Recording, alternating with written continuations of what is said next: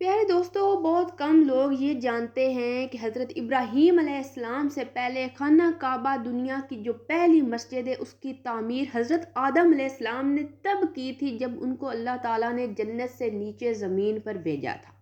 تب حضرت آدم علیہ السلام نے اللہ تعالیٰ سے درخواست کی تھی کہ جس طرح عرش پر فرشتے آپ کی عبادت کرتے ہیں بیت المعمور پر، اسی طرح کوئی دنیا میں بھی آپ کا گھر ہونا چاہیے جس پر انسان آپ کی عبادت کرے۔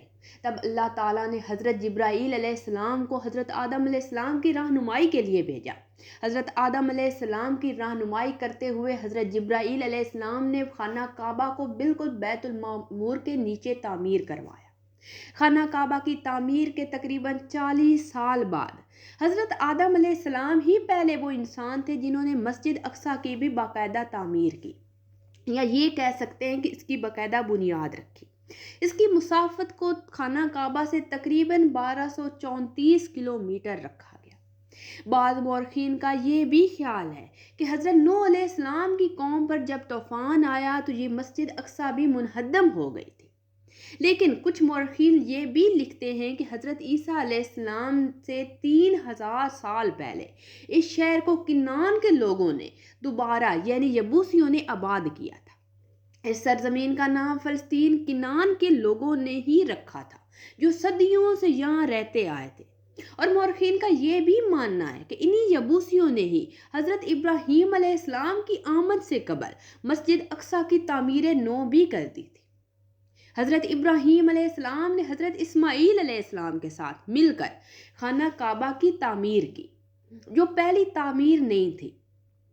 اس سے پہلے حضرت آدم علیہ السلام خانہ کعبہ کی پہلی تعمیر کر چکے تھے۔ حضرت اسحاق کے ساتھ مل کر حضرت ابراہیم علیہ السلام نے مسجد اقصیٰ کی بھی تعمیر نو کی۔ بعد ازاں حضرت اسماعیل کی اولاد مسلمان اور حضرت اسحاق کی اولاد یہودی کہلائی۔ حضرت اسحاق نے اپنی زندگی میں مسجد اقصیٰ کی بہت زیادہ دیکھ بھال کی۔ حضرت اسحاق کا ایک بیٹا ہوا جس کا نام حضرت یعقوب علیہ السلام تھا، جو پیغمبر خدا بھی تھے۔ حضرت یعقوب علیہ السلام سے آگے ان کے 13 بیٹے پیدا ہوئے، جن میں ایک ان کا نیک پیغمبر خدا حضرت یوسف علیہ السلام بھی تھا۔ حضرت یوسف علیہ السلام کے زمانے میں ہی حضرت یعقوب نے اپنی قوم کو مصر میں لا کر آباد کر دیا، جن کو بنی اسرائیل کا نام دیا گیا۔ اس کے چند 100 سال بعد اللہ تعالیٰ نے اپنے پیارے نبی حضرت موسیٰ علیہ السلام کو بنی اسرائیل کو فرعون کے شر سے بچانے کے لیے مصر بھیجا۔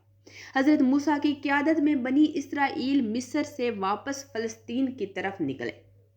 یہ سفر حضرت موسیٰ علیہ السلام کی قیادت میں مکمل نہ ہو سکا۔ بعد ازاں یہ سفر حضرت یوشع بن نون کی قیادت میں پایہ تکمیل کو پہنچا۔ پھر حضرت داؤد علیہ السلام نے مسجد اقصیٰ کی تعمیر شروع کروائی، جو وہ مکمل نہ کر سکے اور ان کی اسی دوران وفات ہو گئی۔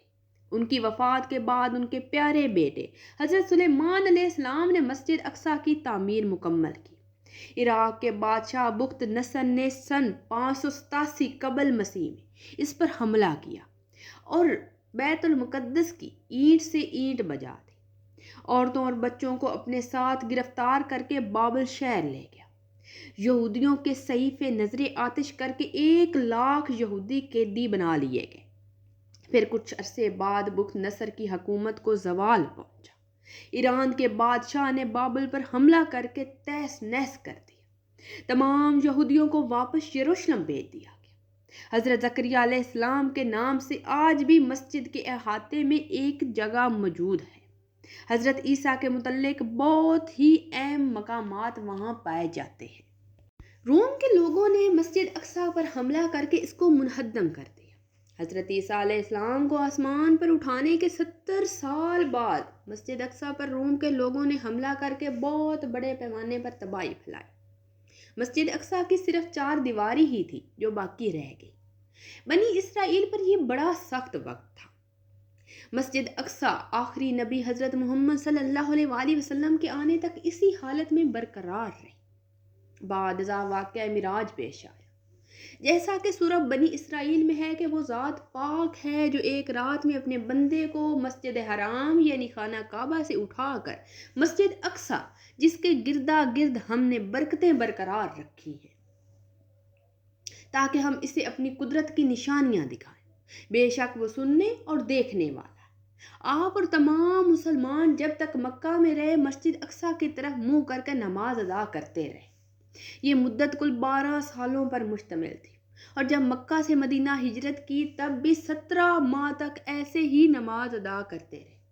پھر اللہ تعالیٰ نے حکم جاری کیا کہ اب اپنا منہ مسجد اقصیٰ کی طرف سے موڑ کر خانہ کعبہ کی طرف کر لو۔ سورۃ بقرہ میں اللہ تعالیٰ ارشاد فرماتے ہیں کہ احمق لوگ کہیں گے کہ مسلمان جس قبلے پر پہلے تھے اس سے کیوں منہ پھیر لیا؟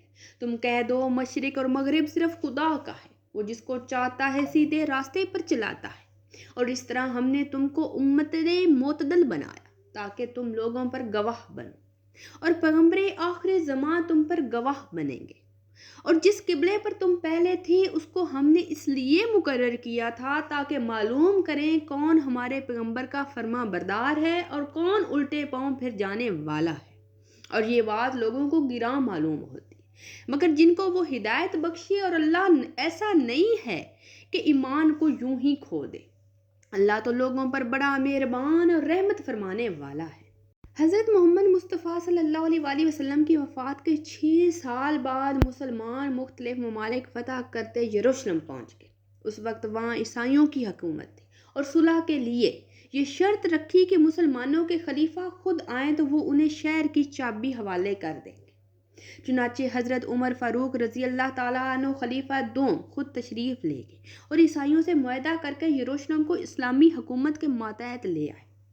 بس اہل قدس کے نمائندے حضرت عمر فاروق کی خدمت میں حاضر ہوئے اور صلح کی درخواست کی۔ حضرت عمر نے یہ درخواست منظور کر لی اور عہد نامہ اپنے ہاتھوں سے لکھ کر ان کو عطا کیا۔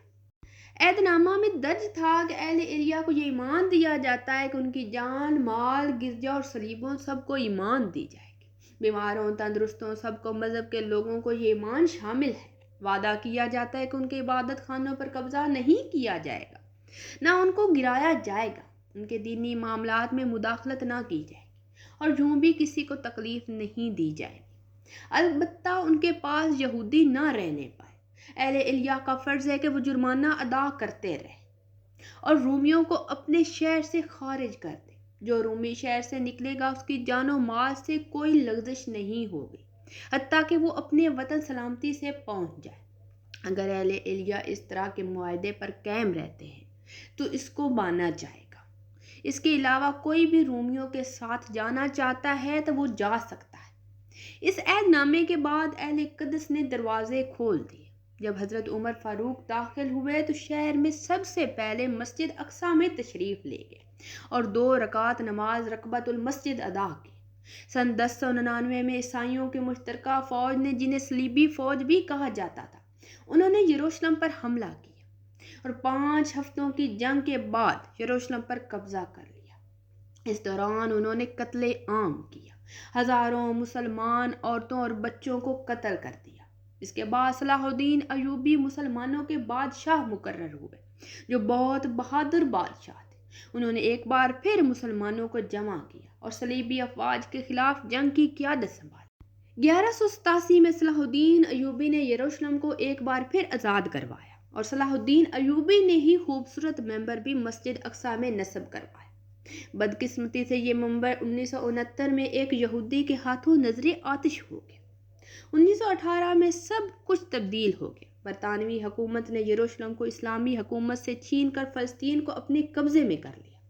برطانوی قبضے کے بعد ہٹلر کی طرف سے نکالے گئے دنیا بھر کے یہودی یروشلم میں لا کر آباد کرنے شروع کر دیے گئے، کیونکہ ہر جگہ انہیں ظلم و اذیت کا سامنا تھا، اور یہودیوں نے فلسطین میں جگہ خریدنا اور آباد ہونا شروع کر دیا۔ 1948 میں یہودیوں نے آزاد اسرائیل ریاست کا اعلان کر دیا۔ 1961 میں مزید لڑائیاں ہوئیں، جس کے نتیجے میں یہودیوں نے مسجد اقصیٰ پر قبضہ کر لیا اور مکمل طور پر یروشلم کو بھی فتح کر لیا۔ یہودیوں کا دعویٰ ہے کہ مسجد اقصیٰ ان کی ہے، جبکہ ایسا نہیں ہے۔